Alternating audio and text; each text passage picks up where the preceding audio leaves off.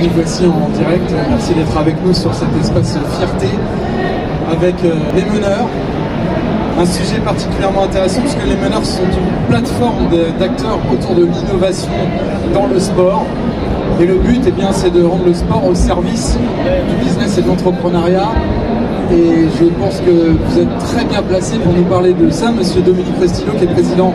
Vous êtes président donc, de la Chambre de commerce et d'industrie Paris-Île-de-France. Si je vous dis fierté, justement.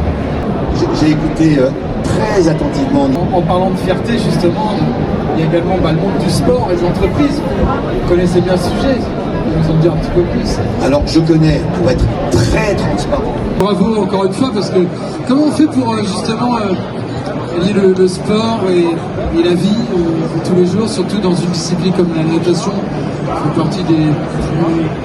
L'un des plus difficiles, mais c'est vrai, un des plus comprenants. C'est vrai, c'est un sport ingrat. On est dans un élément qui n'est pas forcément naturel. On dit certes, on est dans le ventre de notre mère, on est dans l'eau. Aller dans la piscine, nager, parce que les gens voient ça, tu te rends compte. Non, c'est sûr. 35 heures dans l'eau. C'est vrai. Ouais, puis en Guyane, si vous nagez en dehors de la piscine, il faut nager vite. Exactement, aussi. On a peur un peu des crocodiles. Organisation aussi.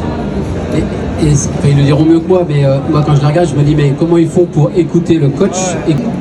Kim et Gaël, il faut se donner les moyens aussi et il faut aller chercher sa place en équipe de France et ses victoires. Exactement. Et des moments clés comme ça qui ont structuré leur carrière. Pas que dans le sport, Gaël. Exactement, Justement, pas que dans le sport, absolument. on parle de l'entreprise, c'est exactement la même chose.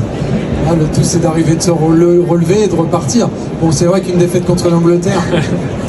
Mais d'ailleurs, tu auras remarqué que je te parle, quand tu me parles de résilience, le premier élément qui me vient à l'esprit, c'est une résilience sportive et pas une résilience liée au handicap.